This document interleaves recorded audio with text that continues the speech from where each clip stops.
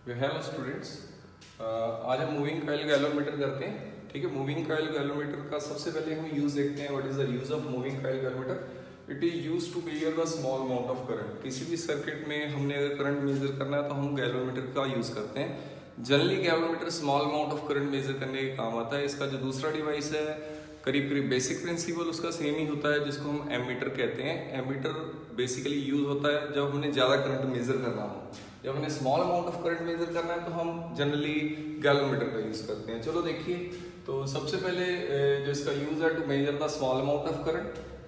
Next है principle क्या है, what is the principle of moving coil galvanometer. तो इसका प्रिंसिपल बड़ा सिंपल है। करंट कैरिंग कॉइल, जब किसी कॉइल में करंट जा रहा है, you are placing it in the magnetic field. उसको मैग्नेटिक फील्ड में रखेंगे तो अपने आप टॉर्क लग जाएगी उस पर, वो अपने आप घूमने लग जाएगी। ये जो बेसिक प्रिंसिपल है, जितने भी हमारी मोटर्स होती हैं, जैसे पंखे फैन की मोटर होगी या पंप की मोटर होगी, वो सबका प्रिंसिपल सेम ही है। हम उनमें करंट भेजते हैं और वो कॉइल रोटेट होती है, चाहे वो पंखे की है, चाहे वो आप कह लीजिए किसी भी चीज की है, जैसे मोटर की है। इसमें गैल्वेनोमीटर में भी ऐसे कुछ टाइप है, मतलब एक करंट कैरिंग कॉइल है, जब उसको आप मैग्नेटिक फील्ड में रखेंगे तो वो रोटेट हो जाएगी। ठीक है, बेसिक प्रिंसिपल सेम ही है। तो अब जब इसका बेसिक प्रिंसिपल हमने पढ़ लिया, तो ये हमने प्रीवियस लेक्चर में देखा भी, एक नॉर्थ पोल है, एक साउथ पोल है, यहाँ पर कॉइल है, मीन्स नॉर्थ और साउथ पोल से मैग्नेटिक फील्ड इस तरफ जा रही है। ठीक है, तो कुछ ऐसे जा रही है, ये करंट जा रहा है। तो सबसे पहले हमें ये पता होना चाहिए भी ये आई क्या एंगल है। पिछले लेक्चर में, प्रीवियस लेक्चर में मैंने बताया था भाई आई क्या चीज होती है। I is basically current, and current के बाद जो इसको मैंने कुछ ऐसे रखा है, देखो ये वाली चीज को मैंने कुछ ऐसे रखा है, और ये मैग्नेटिक फील्ड जा रही है। ठीक है, marker is a magnetic field. तो ये जो थीटा है ना, ये magnetic field and normal to the coil, जैसे ये कॉइल का नॉर्मल है, ये जो कॉइल है इसका प्लेन है, इसका नॉर्मल है इसके 90 डिग्री कुछ ऐसे जा रहा है। ये नॉर्मल है, ये वाली लाइन, और ये मैग्नेटिक फील्ड है। मैग्नेटिक फील्ड और नॉर्मल में, मतलब ये मैग्नेटिक फील्ड और ये नॉर्मल में जो एंगल है वो थीटा है। अभी ये प्लेन ऑफ द कॉइल, इसको प्लेन ऑफ द कॉइल कहते हैं। अगर ये मैंने मान लिया ये मैग्नेटिक फील्ड है और ये प्लेन ऑफ द कॉइल है, तो मैंने इस एंगल को मान लिया अल्फा। दोबारा से समझो, एंगल में बड़ी कंफ्यूजन है। देखो सबसे पहले ये कौन है, ये perpendicular to the plane of coil है। मैंने वैसे इससे कुछ ज्यादा नहीं लेना, लेकिन आपको मालूम होना चाहिए ये मैग्नेटिक फील्ड है। Magnetic field and plane of the coil में एंगल कितना है, थीटा। अभी मैं बता रहा हूँ, ये देखो ऊपर से देखें तो ये जो एंगल नजर आ रहा है सामने, यानी मार्कर और प्लेन ऑफ द कॉइल में, इसको मैंने इस छोटे से एंगल को बोल दिया अल्फा, यानी 90 minus theta is basically alpha in this case. ठीक है, हाँ चलो सर समझ में आ गया। मतलब आपको पहले ये पता होना चाहिए अल्फा किस किस में angle. Alpha is the angle between plane of coil and magnetic field. It is the angle between plane of coil and magnetic field. चलो आ जाइए, प्रिंसिपल हमें क्लियर है। तो अभी मैंने जो माना है इस पूरे सेटअप को इनिशियली, तो मैंने उसका डायग्राम ही माना। मैंने माना कि ये प्लेन ऑफ कॉइल, सपोज अगर मैग्नेटिक फील्ड इस तरफ जा रही है, तो ये प्लेन ऑफ द कॉइल को मैंने इनिशियली मान लिया, वो ऐसे ना होकर, मतलब कोई एंगल अल्फा ना लेकर वो इनिशियल एंगल 0 ले रही है, मतलब कुछ ऐसा है। मतलब मैंने क्या माना, ये प्लेन ऑफ कॉइल और मैग्नेटिक फील्ड में इनिशियल एंगल कितना मान लिया मैंने, 0 डिग्री है। मैंने इसको ऐसे दिखाया है डायग्राम में, जैसे ये एंगल अल्फा नजर आ रहा है, इनिशियली मैंने एंगल 0 मान लिया, तो मैंने इसका डायग्राम बना दिया कि अल्फा इनिशियली 0 मान लिया। ठीक है, चलो सर ये भी समझ में आ गया। अब इसी कंस्ट्रक्शन, बहुत ज्यादा कंफ्यूजन है जब आप मूविंग कॉइल गैल्वेनोमीटर अलग अलग बुक से पढ़ते हो, तो बहुत सारी कंफ्यूजन आ जाती हैं इसमें। सबसे पहले तो कंस्ट्रक्शन की कंफ्यूजन है। बेसिक प्रिंसिपल, चाहे इसकी थ्योरी कह लो, चाहे इसके न्यूमेरिकल कह लो, वो इतने ज्यादा टफ नहीं है। कंस्ट्रक्शन बड़ी ज्यादा कंफ्यूज करती है, तो मैंने इसमें पहले तो क्लैरिफाई किया है। मूविंग कॉइल गैल्वेनोमीटर की 2 टाइप्स ऑफ कंस्ट्रक्शन है। एक है डी आर्सेनवल गैल्वेनोमीटर टाइप, दूसरा है western galvanometer type. 2 types of galvanometer जो कि मूविंग कॉइल गैल्वेनोमीटर के अंडर आते हैं। एक डी आर्सेनवल है, एक वेस्टर्न टाइप है। ठीक है, अब अलग अलग बुक में कौन सा किया है वो बुक पे डिपेंड करता है। ठीक है, अभी जो पहला उसमें हम क्या मानते हैं, जैसे ये कॉइल होती है, जो जैसे मैंने एक वायर का एक लूप लिया, अगर बहुत सारे लूप लें तो उसको कॉइल बोल देंगे। तो वो जो कॉइल है that is suspended by a wire that is known as phosphor bronze. वो एक वायर फॉस्फोर ब्रोंज से लटका दी जाएगी। सेकंड है जो वेस्टर्न टाइप गैल्वेनोमीटर है, उसमें जो ये जो कॉइल है उसके ऊपर और उसके नीचे एक स्पाइरल स्प्रिंग होते हैं, हेयर स्प्रिंग कहते हो, बहुत बहुत बारीक। मतलब आप इस गैल्वेनोमीटर को खोलोगे ना, तो आपको इसकी कंस्ट्रक्शन देखनी भी बड़ी टफ हो जाएगी। देखो मैन्युफैक्चर है तो मैन्युफैक्चर कहती है आपको नेक्ड आई से तो क्लियर ही नहीं होगा भी कहाँ कौन सी चीज कहाँ लगी हुई है, क्योंकि इतने बारीक स्प्रिंग होते हैं इसमें वेस्टर्न टाइप गैल्वेनोमीटर में भी, आपको पता ही नहीं लगता। गैल्वेनोमीटर देखने में जो है इसको बेसिकली एक सॉफ्ट आयरन में रखा जाता है। सॉफ्ट आयरन में मतलब उसका कुछ डायग्राम ऐसा होता है, एक बात बताता हूँ आपको। कुछ ये देखो ऐसा है गोला, और उसमें एक बिल्कुल गोले में छोटा सा कट, ठीक है, ये और यूं करके यूं लाइक दिस। अब ये सारा सॉफ्ट आयरन का बना होता है। किसका बना होता है? सॉफ्ट आयरन का, ठीक है। और इधर बिल्कुल सेंटर पे, इसके बिल्कुल सेंटर में यहाँ पर कॉइल लगी होती है, यहाँ पर ऐसे कुछ कॉइल लगी होती है। तो ये कुछ इसके जो पोल हो जाते हैं नॉर्थ और साउथ पोल, वो थोड़े कनकेव टाइप के होते हैं। थोड़े कौन से टाइप के? ये और ये, इसे बिल्कुल यहाँ तक एंड तक आता है लाइक दिस, बिल्कुल गोल सा। ये सारा का सारा कौन है? Soft iron. लेकिन कभी भी डायग्राम में आपको सॉफ्ट आयरन ऐसे नहीं बनाया जाता। मतलब ऐसा देखो, पूरी की पूरी चीज यूं, और उसमें बिल्कुल यहाँ पर एक छोटा सा गोला सा कट, ठीक है। ये सारा कुछ आगे पीछे सब सॉफ्ट आयरन का। और यहाँ पर ये बिल्कुल ये छोटी सी जगह जहाँ पर ये सारे का सारा सिस्टम, ये सारा का सारा सिस्टम इस छोटी सी जगह में डाला होता है, ठीक है। चलो ये तो प्रैक्टिकली ओपन करके देखेगा तो ज्यादा क्लियर होगा। थ्योरी जैसे हमने मार्क्स लेने हैं, वो क्या चीज है वो देखते हैं। सबसे पहले हम देखो कॉइल टाइप, यानी हम coil suspended with phosphorus bronze wire type कर लेते हैं। वो थोड़ा इजी है समझना। वेस्टर्न टाइप गैल्वेनोमीटर के थोड़े डायग्राम टफ है, वो देखने में समझ में नहीं आएंगे। कहाँ बेरिंग लगा है, कहाँ बेरिंग नहीं लगा, कहाँ स्प्रिंग लगा है, कहाँ स्प्रिंग नहीं लगा, वो देखने में थोड़े टफ हो जाते हैं। बेसिकली मैं इन दोनों को इकट्ठा समझाऊंगा, लेकिन डायग्राम मैंने सिर्फ एक का ही बनाया है, डी आर्सेनॉल टाइप का, ठीक है। अभी देखो सबसे पहले क्या है, ये गैल्वेनोमीटर का इंटरनल सेटअप है। जब आप गैल्वेनोमीटर देखते हैं, कुछ डब्बा सा दिखता है आपको, वो डब्बे के साथ एक पॉइंटर सा लगा होता है यूं करके, उसके ऊपर दो कनेक्शन होते हैं, एक इनपुट के लिए होता है और एक आउटपुट के लिए होता है, ठीक है। ऐसा समझ में आ गया। तो सबसे पहले हमें ये देखने, ये दो टर्मिनल्स हैं, इनपुट और आउटपुट टर्मिनल्स। इसको हमने इनपुट टर्मिनल का, इसको हमने आउटपुट टर्मिनल का। इस इनपुट टर्मिनल से करंट एंटर हुआ। ये जो करंट, ये करंट कैरिंग वायर, देखो यहाँ से करंट आया और यहाँ पर करंट गया और यहाँ पर करंट गया, और ये एक टॉर्शन हेड है। कौन सा हेड? इसको टॉर्शन हेड कहते हैं। टॉर्शन हेड का काम होता है कि इसने घूमना नहीं है, ठीक है, एकदम पकड़ के रखेगा। जैसे मैंने मान लिया, जैसे मैंने क्या किया, मैंने अपना हाथ को टॉर्शन हेड मान लिया और इसको यहाँ से पकड़ लिया, ठीक है। अब मैंने इसको यहाँ से पकड़ लिया, तो देखो ये जब इसको नीचे से घूमने की एक टॉर्क लगेगी, तो ये नीचे से यूं, जैसे मेरा ये ढक्कन घूम रहा है, कैप घूम रही है, ऐसे नीचे वाली वायर घूम जाएगी, लेकिन ये ऊपर से घूम नहीं सकता, क्योंकि ऊपर से इसको हमने पकड़ लिया, टॉर्शन हेड से फिक्स एंड हो गया, ठीक है। यहाँ से वायर से करंट आया, करंट एंटर हुआ, ये टॉर्शन हेड से हमने वायर को पकड़ लिया कि वायर यहाँ से घूमे ना, नीचे से घूमे कोई चक्कर नहीं। अब ये जो करंट है इधर आके कॉइल में घूमा, यूं करके कुछ यूं, ऐसे करके ऐसे, ये एन टर्न्स है। ये कितने टर्न्स है? एन टर्न्स है। बिल्कुल क्लियर करो, इसका एरिया कभी डिक्रीज नहीं होगा। जैसे बड़ा सिंपल सी बात कहूँ, जैसे ये मेरा डस्टर है, तो अगर मैं मान लूँ ये जैसे डस्टर है, इसमें कॉइल कैसे लपेटती है, जैसे एक कॉइल यहाँ से आएगी टर्न, और यहाँ से जाके नीचे से जाके, फिर यहाँ से जाके ऐसे ऐसे ऐसे ऐसे ऐसे बड़ी सारी कॉइल्स लगाई होंगी इन्होंने। तो इसको ये मत सोचना कि इसका रेडियस या इसका कह लो इसकी विड्थ कम हो रही है या लेंथ कम हो रही है, कोई कम नहीं हो रही, वो उनकी विड्थ और लेंथ बिल्कुल सेम है। तो उसके बाद यहाँ से करंट आने के बाद ये जो करंट है लीव आउट कर देगा एक स्प्रिंग से। ये एक स्पाइरल स्प्रिंग है, तो ये स्पाइरल स्प्रिंग, हेलिकल स्प्रिंग कह सकते हो इसको। इधर से करंट निकल के ऊपर की तरफ, बाहर की तरफ चला गया।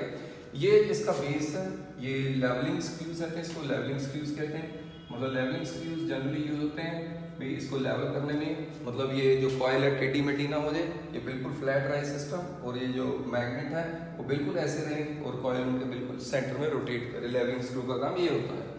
चलो कंस्ट्रक्शन की बेसिकली आपको ये पता लगी, ये जनरली यहाँ से लेके ये जो कनेक्ट की जा रही है वायर, ये जो वायर होती है ये फॉस्फोर ब्रोंज की बनी होती है। किसकी बनी होती है? फॉस्फोर ब्रोंज लिखा हुआ है, फॉस्फोर ब्रोंज वायर की बनी होती है। और बाकी ये जो कॉइल है सारी की सारी जनरली इंसुलेटेड कॉपर वायर होती है। तो इसमें जनरली कंफ्यूज मत होना। जब मैं छोटा था मुझे बड़ी कंफ्यूज होता था। मैं जैसे कोई पंखे की मोटर खोलो तो उसमें क्या होता है, आपको लगता है सारी की सारी कॉपर वायर एक दूसरे से टच हो रही है, लगता है देखने में, मुझे भी लगता था। लेकिन एक्चुअली में वो जो सारी की कॉइल होती है ना, देखो एक तो होती है इंसुलेशन जो रबड़ की होती है, जैसे ये कॉपर की वायर है, उसके ऊपर रबड़ की इंसुलेशन लगा दी, तो हमें बच्चों को पता लगता है ये इंसुलेटेड है। लेकिन होता क्या है, जो कॉपर वायर है उसके ऊपर अगर वार्निश कर दें, क्या कर दें, वार्निश कर दें, तो ये दो कॉपर वायर है, इन दोनों पे वार्निश किए तो इन दोनों का कंटेक्ट लग रहा है, लेकिन ये कंटेक्ट में नहीं है। तो जितनी भी मोटर होती हैं, जितने भी इस टाइप के गैल्वेनोमीटर होते हैं, उन समय में जो कॉइल होती है लग रही है, वो सारे जो टर्न्स हैं एक दूसरे से टच कर रहे हैं, और वाकई वो टच हो रहे होते हैं, लेकिन वो इलेक्ट्रिकली इंसुलेटेड होते हैं। हमें लगता है वो कॉपर ही है, लेकिन उसके ऊपर एक बारीक सी इंसुलेशन की जाती है, जिसके कारण वो सारे वायर्स एक दूसरे से कनेक्ट नहीं होते। चलो सर ये भी ठीक है, समझ में आ गया, जरूरी नहीं है रबड़ की इंसुलेशन हो सर। तो इसके बाद क्या है, जब हम कंस्ट्रक्शन पढ़ते हैं तो हमने इसका वर्किंग प्रिंसिपल आप कंस्ट्रक्शन में लिखेंगे टॉर्शन हेड है, टॉर्शन हेड के बाद दो पोल्स हैं, नॉर्थ एंड साउथ पोल। ये जो पोल होते हैं जनरली ये कनकेव पोल्स होते हैं। कौन से पोल्स होते हैं? कनकेव पोल। और इनका क्या काम है? ये प्रोड्यूस करते हैं रेडियल मैग्नेटिक फील्ड। कौन सी magnetic field? Radial magnetic field, यही तो इनका काम है। ये जो कनकेव पोल्स होते हैं ये रेडियल मैग्नेटिक फील्ड प्रोड्यूस करते हैं। वो क्यों करते हैं वो भी मैं आगे बताऊंगा आपको। अभी मैंने ये बेसिक डायग्राम डी आर्सेनल का बनाया, अगर मैं वेस्टर्न गैल्वेनोमीटर का बनाता तो ये ऐसे कोई टॉर्शन हेड नहीं लगने वाला था। वो उन्होंने सीधी ही यहाँ पर गोल गोल घुमा के स्प्रिंग लगा देने थे, उसमें एक बेरिंग लगा देना था। बेरिंग का मतलब समझते हो, जैसे फैन घूम रहा है ऊपर से फिक्स है लेकिन उसके अंदर वाली रॉड घूम रही है, कुछ ऐसा। तो वही करके मैंने वो नहीं समझाया क्योंकि वो थोड़ा टफ है। ये इजी है, आपने तो मार्क्स लेने तो ये इजीली अंडरस्टैंड था बच्चे के। तो चलो आगे चलते हैं। अभी सबसे पहले आपने कंस्ट्रक्शन में अलग अलग टाइप लिखने हैं, पहले लिखने हैं। देखो अभी अब जैसे कंस्ट्रक्शन लिखोगे तो कंस्ट्रक्शन के पॉइंट बना के लिखोगे, इतनी ज़्यादा लंबी कंस्ट्रक्शन लिखने की जरूरत नहीं है। अभी मैं इसको रब करता हूँ। तो सबसे पहले कंस्ट्रक्शन में लिखोगे, मतलब अगर आपके नोट्स बनाने अच्छे तो वैसे है। कंस्ट्रक्शन में सबसे पहले आप लिखोगे अभी जो पोल्स हैं वो कौन से यूज़ किए हैं हमने कंस्ट्रक्शन में। सबसे पहले हम लिखेंगे पोल्स। कौन से पोल्स यूज़ किए हैं? Strong magnetic, electromagnetic, strong electromagnetic poles, electromagnetic और परमानेंट पोल्स। मैग्नेटिक पोल्स के लिए having concave shape, having concave shape to produce radial magnetic field. ये ना क्वेश्चन बहुत बार आया है, सारे के साथ गैल्वेनोमीटर अलग और इसका nature of magnetic field inside the galvanometer ये अलग। तो nature of magnetic field inside the galvanometer is radial, ये आपको याद बिल्कुल साफ स्पष्ट याद होना चाहिए। सेकंड है phosphor bronze wire, phosphor bronze wire, ठीक है। इस वायर की जैसे हमने पिछले साल पढ़ा था एक ऐसे फॉर्मूला है torque per unit is pi beta r is to power 4 by 2l। तो ये टॉर्क पर यूनिट ट्विस्ट होता है, टॉर्क पर यूनिट ट्विस्ट जिसको हम c से डोनेट करते हैं। तो इसका ये टॉर्क पर यूनिट ट्विस्ट है, उसमें एक खास बात होती है तो वो हमने देखनी है। ये हमारे पास टॉर्क पर यूनिट ट्विस्ट का फॉर्मूला है। तो phosphor bronze wire to make the galvanometer sensitive, to make the galvanometer sensitive we are using a phosphor bronze wire, ठीक है। इलास्टिक भी होती है, नंबर ऑफ प्रॉपर्टीज हैं इसकी। उसके बाद coil copper coils of n turns, बहुत सारे टर्न हैं उसमें, ठीक है। Then soft iron core, then core रखी है soft iron core. Soft iron core क्यों रखी जाती है? To give ease part to the magnetic field, अपने आप लिख लो, to give ease part to the flow of magnetic field, ठीक है। लास्ट में लेवलिंग स्क्रूज हैं। लेवलिंग स्क्रू पूरे के पूरे अपरेटस को, सेटअप को लेवल रखते हैं कि जो कॉइल है वो टेढ़ी मेढ़ी होके ना घूमे, बिल्कुल सीधी सीधी घूम जाए, ठीक है। चलो ये तो हो गई कंस्ट्रक्शन। अभी इसके थ्योरी पे चलते हैं और वर्किंग पर चलते हैं। Theory and working. Theory and working पे जब जाना है हमने तो सबसे पहले हम इस डायग्राम को रब करते हैं। चलो नहीं करते, थोड़ी सी जगह ले लेते हैं साइड में, ठीक है। चलो आ जाओ।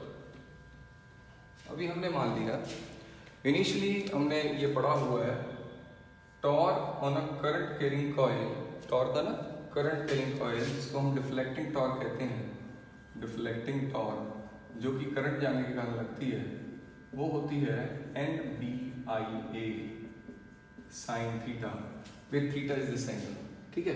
अब थीटा को मैं 90 माइनस अल्फा पे लिख सकता हूँ, हाँ सर लिख सकता हूँ। NBIA sine 90 minus alpha, sine 90 minus alpha is cos alpha. थोड़ा मैंने इजी कर लिया काम। This is the deflecting torque. जब इस वायर में जब करंट जाएगा तो इस कॉइल पे डिफ्लेक्टिंग टॉर्क लगेगी और ये घूमेगी यूं करके यूं, ठीक है। यूं करके यूं घूमना चाहिए। जैसे ये घूमना चाहेगी, ये ऊपर से फिक्स है तार, तो ये जो तार है इसमें ट्विस्ट डालेंगे, इसमें ट्विस्ट डालेंगे। जैसे आप सोच लीजिए, जैसे आप कपड़ा ही है, कपड़े को निचोड़ते हैं यूँ कर कहीं या निचड़ जाता है तो वो ट्विस्ट डालते हैं, जैसे ही आप उसको छोड़ोगे तो वो ट्विस्ट खुलेंगे, ठीक है। ऐसे ही ऐसा होता है, जैसे जैसे ये कॉइल करंट जाएगा इसमें, जितना ज़्यादा करंट जाएगा उतना ज़्यादा ये घूमने की कोशिश करेगा, यानी डिफ्लेक्टिंग टॉर्क उतनी ज़्यादा होगी। जितनी ज़्यादा डिफ्लेक्टिंग टॉर्क होगी यानी घूमने की कोशिश करेगा, फॉस्फेट वाले ऊपर से पकड़ेगा, यानी ये कुछ ऐसा होगा ऊपर से पकड़ा रहेगा और नीचे से जैसे मैंने मार्कर का कैप घुमाया ये यूँ करके घूम जाएगा। ये ऊपर से फिक्स है, देखो ये हाथ को देखो, ये हाथ यूँ घूम गया, तो ये ट्विस्ट डाल जाएंगे इसमें। क्या डाल जाएंगे? ट्विस्ट। ट्विस्ट करने के कारण इसमें एक रीस्टोरिंग टॉर्क, फॉस्फेट में एक रीस्टोरिंग टॉर्क प्रोड्यूस होगी। जो रीस्टोरिंग टॉर्क है, रीस्टोरिंग टॉर्क प्रोड्यूस होगी और वो रीस्टोरिंग टॉर्क का फॉर्म होता है टॉ इक्वल टू सी अल्फा। जैसे आपने ये पढ़ा हुआ है F इक्वल टू के x, force restoring force is equal to directly proportional to change in displacement, this is a force constant. Similarly C is a torque constant, C is a torque constant। और अगर मैं torque per unit twist बोलूँ, angle अगर नीचे रहे तो C को ही torque per unit twist कहा जाता है। This is a torsional constant भी बोला जाता है इसको, जैसे फोर्स कांस्टेंट है, ये टॉर्क टॉर्शनल कांस्टेंट है, ठीक है। उतनी देर तक ये घूमता रहता है जितनी देर तक कॉइल रोटेट कितने टाइम तक? Coil rotates till restoring torque is not equal to deflecting torque. जब तक ये दोनों बराबर ना हो तब तक कॉइल घूमती रहेगी। और इस कॉइल के साथ देखो ये पूरा डायग्राम नहीं बन सकता, इस कॉइल के साथ ही हमने पॉइंटर अटैच किया होता है। सपोज मैं यहाँ पर एक पॉइंटर अटैच कर दूँ, ये एक पॉइंटर लगा दिया और इस पॉइंटर के साथ एक ग्रेजुएटेड स्केल होता है जिसपे ये पॉइंटर घूमेगा और जैसे जैसे करंट जाएगा ये घूमेगी और डिफ्लेक्टिंग टॉर्क प्रोड्यूस होगी। जब डिफ्लेक्टिंग और रीस्टोरिंग टॉर्क एक हो जाएगी तो यहाँ पर एक कॉइल रुक जाएगी घूमना और कॉइल घूमना रुक जाएगी, तो ये जो रीडिंग दे देगा, अभी मेरी रीडिंग इतनी है, ठीक है, ये पॉइंटर भी वहां रुक जाएगा, ठीक है, फॉर रीडिंग, ठीक है। When restoring torque is equal to deflecting torque, तब ये रीडिंग देगा। तो रीस्टोरिंग टॉर्क की वैल्यू है आपके पास सी अल्फा। तो इधर डिफ्लेक्टिंग टॉर्क लिख लेते हैं, इधर रीस्टोरिंग टॉर्क लिख लेते हैं। डिफ्लेक्टिंग टॉर्क है NBIA cos alpha equal to C alpha, and this one is, we can say that I is equal to C alpha upon NBA cos alpha। अभी इसमें बच्चे बहुत ज़्यादा, हद से ज़्यादा कंफ्यूज होते हैं, व्हाट इज अल्फा। अच्छा एक बात बताओ, मैंने इनिशियली क्या माना, मैग्नेटिक फील्ड और प्लेन ऑफ द कॉइल में एंगल नहीं माना, मैंने एंगल नहीं माना, मैंने मान लिया जैसे ये प्लेन ऑफ कॉइल और ये मैग्नेटिक फील्ड है, इन दोनों में कोई एंगल नहीं है, ठीक है। तो जब एंगल ही नहीं है तो जितना जब ये घूमेगी, जैसे नीचे वाली चीज जितना कॉइल घूमी उतनी वाली ऊपर वाली जो रॉड है वो भी घूमेगी। सपोज ये घूम गई यूं करके यूं 30 डिग्री, तो ये भी कितना ट्विस्ट ले जाएगी, ये भी 30 डिग्री घूम जाएगी, ये भी यूं करके यूं 30 डिग्री घूम जाएगी। यानी कहने का मतलब जितना कॉइल रोटेट होगी उतना ही ऊपर वाली जो फॉस्फोरस वाली वायर है वो भी उतनी ही एंगल रोटेट होगी, क्योंकि मैंने माना इनिशियली दोनों मतलब मैग्नेटिक फील्ड। देखो दोनों चीजों में फर्क समझने की कोशिश करो, ये दो अल्फा एंगल है, अल्फा एक मैग्नेटिक फील्ड और प्लेन ऑफ द कॉइल में वो जीरो, ठीक है, वो कितना है जीरो इनिशियली। अभी मैंने इसको घुमाया, ये ऊपर से वायर लटकाई, अभी जितना ये अगर 30 डिग्री घूमेगा, मैग्नेटिक फील्ड तो बिल्कुल सीधी है, अगर ये यूं करके यूं 30 डिग्री घूम गया तो ये जो ऊपर वाली रॉड है फॉस्फोरस वाली वो भी 30 डिग्री घूमेगी। हाँ सर समझ में आ गया। दो अल्फा है, ये जो अल्फा है ये किसका है, ये फॉस्फोरस वायर का, और ये अल्फा किसका है sir, this is the angle between magnetic field and plane of coil. ये अगर आपको समझ में आई तो समझ में आएगा सारा कुछ। देखो मैं दोनों को एंगल को अलग अलग भी ले सकता हूँ, कई ऑथर्स इसको अलग अलग ही ले लेते हैं, लेकिन मैंने नहीं लिया कि आपको इजीली समझ में आए भाई ये दोनों एंगल तो अल्फा सेम है, क्योंकि इनिशियल मैग्नेटिक फील्ड और प्लेन ऑफ द कॉइल में एंगल ही नहीं था। जब ये घूमेगी तब ये घूमेगी, यानी जितना से ये घूमेगी उतने से ये वायर घूम जाएगी, यानी मैंने दोनों ही अल्फा ले ली। अभी देखो इसमें क्या हुआ, ये बेसिक रिजल्ट है। इसमें मैंने अभी प्लेन, ये जो मैग्नेटिक फील्ड के पोल हैं देखो ये बिल्कुल फ्लैट है, बिल्कुल क्या है फ्लैट है, ये कर्व नहीं बनाए सभी, ये लाइन बिल्कुल स्ट्रेट और ये लाइन बिल्कुल स्ट्रेट, ये मैग्नेटिक बिल्कुल सीधी जा रही है, यूं यूं यूं यूं कॉइल घूम रही है और मैग्नेटिक फील्ड हमेशा स्ट्रेट जा रही है। अब मैंने इस डायग्राम में और इस डायग्राम में देखो इसमें जो कर्व पोल है वो थोड़े से कर्व शो की गई हैं, यानी these are basically concave shape, concave shape. अब कनकेव शेप का क्या हेल्प हुआ, अभी मैं डायग्राम रब करता हूँ, मुझे जगह चाहिए, ऐसे है ये। अभी हमारा रिजल्ट आ गया भाई, जो हमारा रिजल्ट आया इस टाइम वो आया अभी I equal to C alpha upon NBA cos alpha. अब ये करंट मेजर करना है, C alpha upon N B A cos alpha. इसमें अभी एक प्रॉब्लम है, I is proportional to alpha upon cos alpha and cos alpha is non linear, hence graduated scale should be non-linear।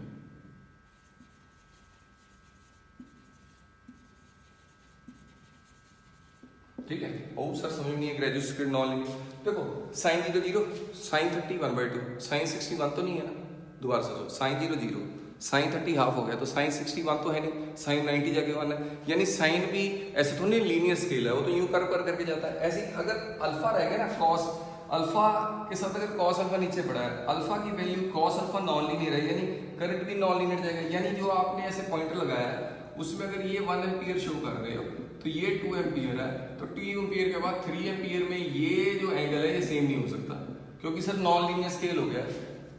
क्योंकि non linear मतलब आपको भी मालूम है, नॉन लीनियर का मतलब क्या, देखो जैसे मैं आप ऐसे स्केल लगा ना 1 एम्पियर और 2 एम्पियर और 3 एम्पियर में गैप बराबर बराबर बराबर बराबर तब होता है जब कॉस या साइन फैक्टर ना हो, और कॉस या साइन फैक्टर हो गया तो नॉन लीनियर हो गया। नॉन लीनियर हो गया 1 और 2 में जितना गैप है 2 और 3 में नहीं होगा, 3 और 4 में गैप उतना नहीं होगा, 4 और 5 में भी गैप अलग होगा, यानी ये नॉन लीनियर स्केल। ये पहले मिलते थे गैलोमीटर, लेकिन फिर उन्होंने क्या किया, to make the scale linear, अब इसको ध्यान से सुनना, to make the scale linear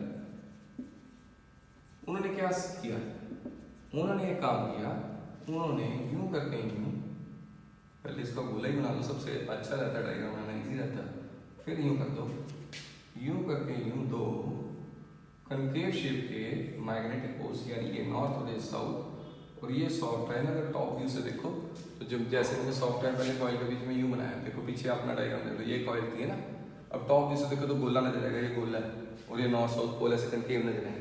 तो ये नॉर्थ साउथ पोल से मैग्नेटिक फील्ड कैसे जाएगी, देखो ये गई नॉर्थ से निकली फील्ड लाइंस और ये साउथ में यूं गई, ठीक है, और ये यूं गई और यूं गई, ये यूं गई और यूं गई, कुछ ऐसे। अभी प्लेन ऑफ कॉइल को देखोगे तो ऊपर से जब देख रहे हो तो ये गोला नजर आ रहा है, तो ये स्ट्रेट लाइन नजर आएगी, सिर्फ ये मैं कहता हूँ पी और क्यू नजर आएगा। अभी ये पी और क्यू सपोज इस पॉइंट पे देखो, ये पी और ये क्यू, ये पॉइंट पी और ये क्यू। अब पी और क्यू में, पी और क्यू और मैग्नेटिक फील्ड में एंगल कितना है सर, 0 डिग्री, इनिशियल तो 0 था। अभी पी क्यू घूमा कुछ, ठीक है, पी क्यू इधर घूम गया, ये पी है और ये क्यू है। देखो अभी पी क्यू में भी अभी भी रेडियल मैग्नेटिक फील्ड होने के कारण यहाँ और यहाँ मैग्नेटिक फील्ड और प्लेन ऑफ द कॉइल में एंगल 0 ही है। समझाता हूँ आपको, कॉपी लेके देखो। पहले ना जो मैग्नेटिक फील्ड थी वो हर एक जगह पे सीधी सीधी सीधी सीधी थी, अब मैग्नेटिक फील्ड सीधी नहीं है। अगर ये ऐसे पड़ा, ये बिल्कुल सीधी है, अभी ये थोड़ा सा घूम गया यूँ, मैग्नेटिक फील्ड यूँ हो गई, अगर ये घूम गया मैग्नेटिक फील्ड यूँ हो गई। ऐसा क्यों हो रहा है, क्योंकि ये पोल मैंने कैसे ले ली, कनकेव, यूँ करके यूँ ले लिया, यूँ करके यूँ करके यूँ कनकेव पोल ले ली, यूँ करके यूँ मैग्नेटिक फील्ड जाएगी कनकेव शेप में।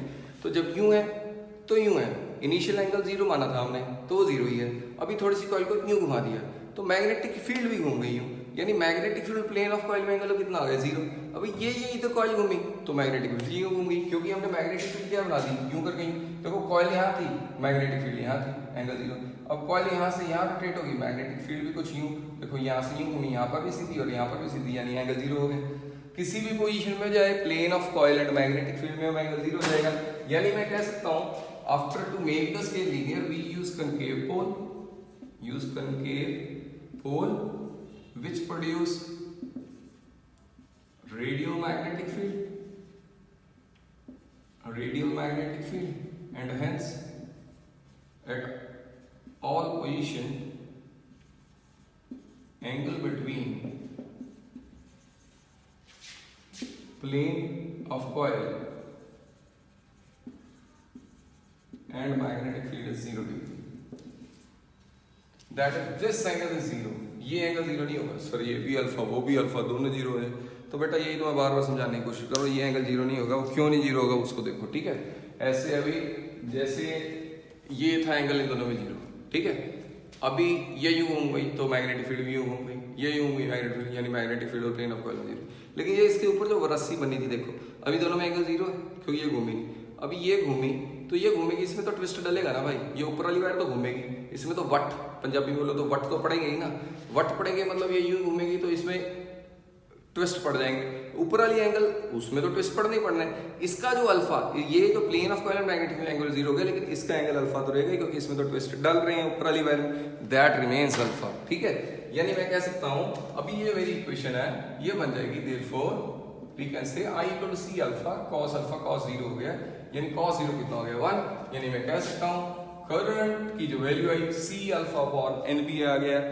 ये जो हमारा आ गया इसको हम कहेंगे this is the final result to measure the value of current. More is the current, more is the alpha. ज्यादा पड़ेंगे उसमें ट्विस्ट क्योंकि कॉइल ज्यादा तेज घूमेगी और उसकी वैल्यू करंट की ज्यादा आएगी। ये गैलोमीटर कांस्टेंट यानी कह सकते हैं जो C अपॉन MVA है, ये इसकी वैल्यू पूरी की पूरी वैल्यू कांस्टेंट रहती है।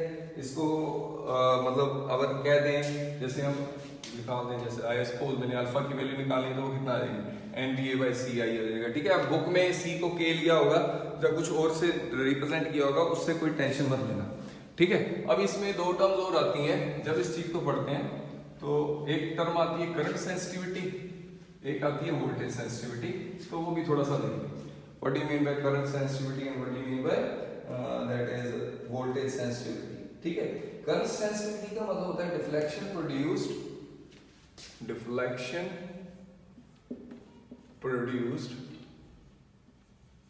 per unit current,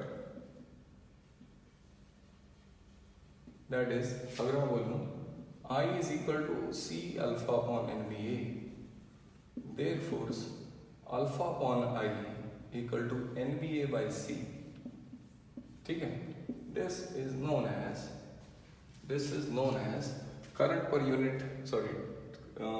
deflection produced per unit current is known as current sensitivity, that is NBA by C। How we increase current sensitivity, इसको CS से लिख देता है current sensitivity, by increasing number of turn, by increasing magnetic field, by increasing area of the coil, by decreasing the value of C torque per unit twist। और C की value कम होती है phosphor bronze wire की। अब आपको याद होना चाहिए फॉस्फोर ब्रॉन्ज वायर क्यों ली, क्योंकि फॉस्फोर ब्रॉन्ज वायर का torque per unit twist, C का मतलब है टॉर्क कांस्टेंट कह दिया, टॉर्क पर यूनिट ट्विस्ट बहुत कम होता है जिससे उसकी करंट सेंसिटिविटी बढ़ जाती है। सिमिलरली जो वोल्टेज सेंसिटिविटी है वो deflection produce per unit volt होता है, तो उसका जो वैल्यू देखो V इक्वल टू IR होता है, आपने पढ़ा हुआ है। तो अगर मैं I की वैल्यू पढ़ूं, नहीं तो डायरेक्ट लिख देते हैं, जैसे मैंने इसमें वोल्टेज सेंसिटिविटी लिखी है अल्फा ओवर I है, तो इसमें अल्फा ओवर V हो जाएगा। Deflection produce per unit potential applied across the conductor alpha over V, alpha की वैल्यू जो अल्फा अपॉन I, इसको देखो V इक्वल टू IR डाल देते हैं, इसको सिंपल करते हैं थोड़ा सा। अल्फा और I की वैल्यू यही है NBA अपॉन C, इसके साथ R आ जाएगा। The same method how we increase voltage sensitivity, NBA बढ़ा दो, C कम कर दो, R तो कांस्टेंट होती है वायर की। ठीक है, अभी जो नेक्स्ट टर्म है अभी C को कैसे कम किया जा सकता है, तो मैंने आपको अभी फॉर्मूला लगाया था torque per unit twist, that is here is the alpha. Torque per unit twist का फॉर्मूला क्या है, that is pi eta r is to power 4 by 2l। this is eta is modulus of rigidity, यानी अगर आपने इस पूरी की value कम रखनी है टॉर्क पर यूनिट ट्विस्ट की, तो आपकी मॉडुलस ऑफ रिजिडिटी की वैल्यू कम हो, जैसे फॉस्फोरस वायर की मॉडुलस ऑफ रिजिडिटी कम होती है, रेडियस आपका बहुत कम हो और लेंथ ज्यादा हो, यानी बहुत पतली तार हो। फॉस्फोरस वायर की तार बहुत पतली होती है, जितनी ज्यादा पतली होगी उसका रेडियस उतना कम होगा, उसका टॉर्क पर यूनिट ट्विस्ट उतना कम होगा। जितना ज्यादा टॉर्क पर यूनिट ट्विस्ट यानी C, ये अल्फा टॉर्क और अल्फा C है, जितना ज्यादा ये कम होगा उतनी वैल्यू करंट सेंसिटिविटी की ज्यादा होगी। अभी देखो दो तरीके हैं C को कम करने के, R को कम कर दो और लेंथ को बढ़ा दो, तो ये अच्छा तरीका माना जाता है। लेंथ को बढ़ाओगे यानी फॉस्फोरस वायर जो टॉर्शन हेड से लगाई थी वो लंबी कर दो, तो वो भी अच्छा मेथड है, लेकिन उससे ना जो गैलोमीटर की लेंथ है, हाइट है, वो बढ़ जाती है, जिसके कारण हम लेंथ ना बढ़ाकर रेडियस को छोटा कर देते हैं। ठीक है,